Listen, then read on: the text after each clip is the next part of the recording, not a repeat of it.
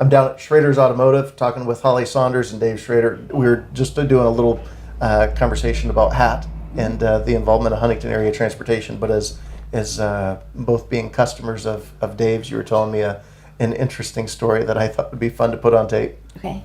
I was pulling out onto it was Guilford Street, but it was a busy street up north, and all of a sudden I'm turning my wheel because I'm turning left, and my steering wheel's turning, my tires are not.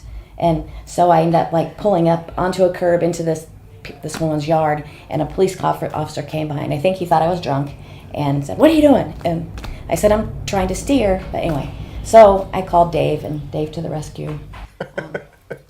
So Dave, what happened? Well, on a lot of the newer cars, it doesn't have the normal power steering pump. It's all electric steer, all based off the computer systems and that. And basically the steering control module went bad on it. And it took us a little while to get it diagnosed, get parts in, get it fixed up. But it was a little bit challenging, but we finally got our car back on the road for her. So it's a computer failure. You can't just do a Control-Alt-Delete and reboot the No, not on these. These are take out and replace. So that's how you repair this control module. As you came over here to talk to Dave about what was wrong with your car, you had a positive experience also. I did. They fixed the car. It took a while, but he explained to me what was going on, and he didn't use technical terms. That mumbo jumbo. He used real world terms and explained it and got me back on the road.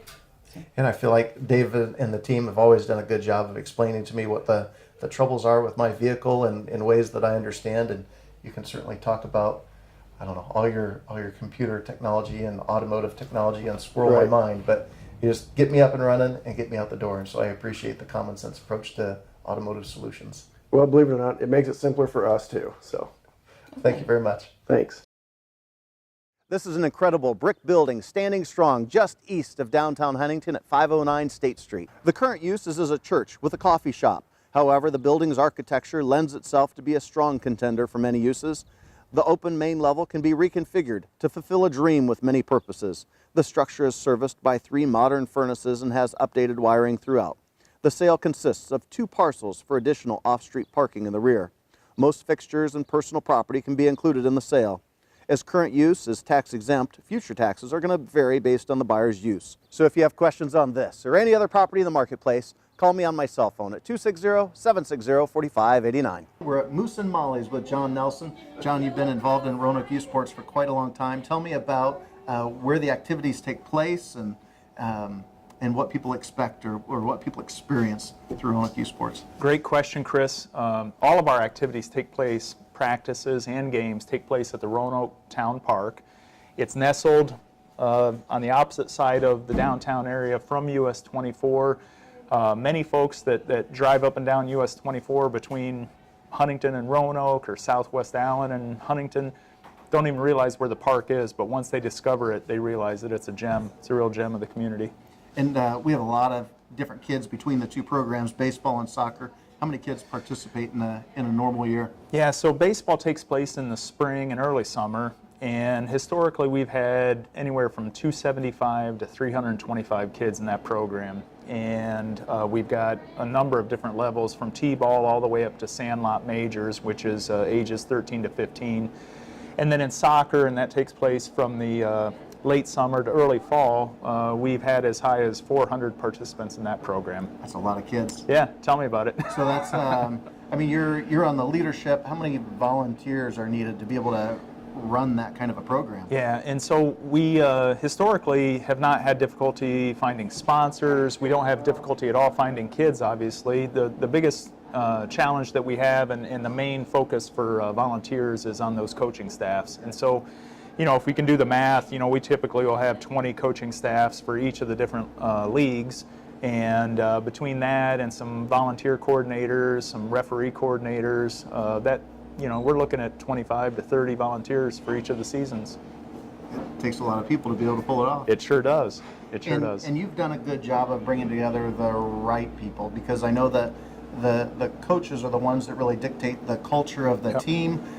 You work to establish a good, healthy culture for the organization.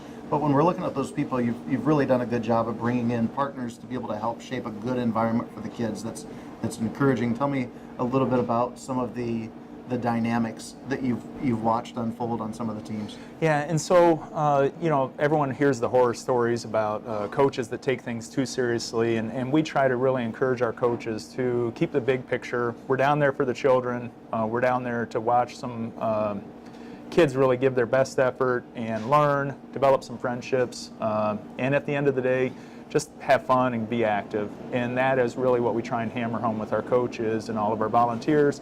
If we do see somebody kind of trying to, maybe push the envelope as far as over enthusiasm, we remind them of what the purpose of the program is, and that's to give kids an opportunity to enjoy themselves and the parents to come down and watch them. And from my involvement as both a parent and as a coach, I really do feel like it's a kids first organization, not a win first, but a kids first. Absolutely. In this era of everybody getting a trophy, I understand that mindset, and I understand the challenges that presents.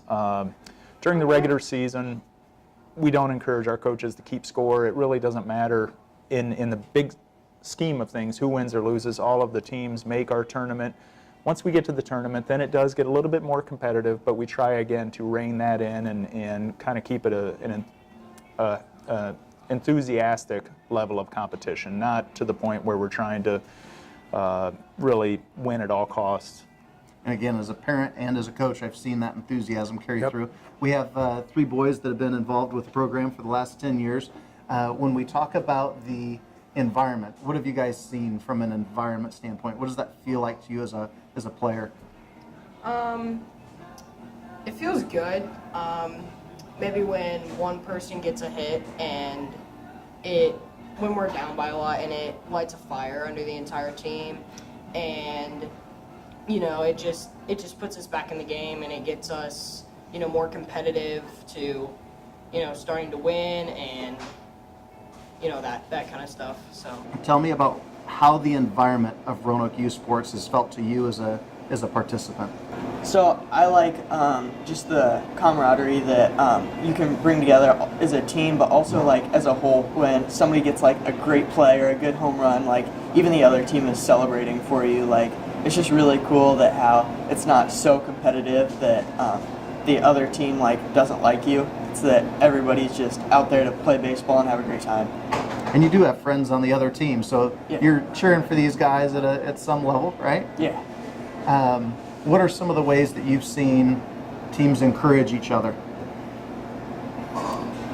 Probably just like when we're down by like a lot, like you said, like if there's a big play or something or a home run, just how it can like fire up the team, like to keep going, that all's not lost. Get back in it. Yeah. And there's been times where I've heard the catcher tell a batter on one team, "Hey, you got this." So it's fun to see some of that encouragement between the boys. John, you've done a great job bringing in volunteers that can really foster a good, healthy environment with the boys. And so I want to thank you for that, and I wish you luck in the years ahead as you continue to search for those right people to be able to encourage and mentor and shape the lives of these kids. Well, we appreciate everything you've done for the program and the boys. It's boys like you that have allowed this program to continue to flourish, and I'm just very proud of the program and all that it's done for Roanoke and the surrounding area. And if somebody's looking for more information on Roanoke Youth Sports, you have a website. We do, RoanokeYouthSports.com. There you have it. Thanks, John. Thanks, boys, for visiting with us today. Today I'm in the backyard of 560 North Main Street, just north of downtown Roanoke. This house is going to need some attention. This home has stood tall in Roanoke for many years, and the seller is offering the property as is. The sale consists of 2 parcels totaling 1.5 city lots. Located just north of downtown Roanoke, the main level features a 22 by 10 back porch and breezeway, along with an ample kitchen, dining room, family room, and main level bedroom. The upstairs hosts what would have been considered 4 additional bedrooms by the standards of yesteryear. However, one of these rooms is a pass-through, so with minor alterations, there could clearly be 3 bedrooms upstairs. One would be double 15 by 11 bedrooms. The garage features ample space at 23 foot by 23 foot, but there is a 10-foot extension.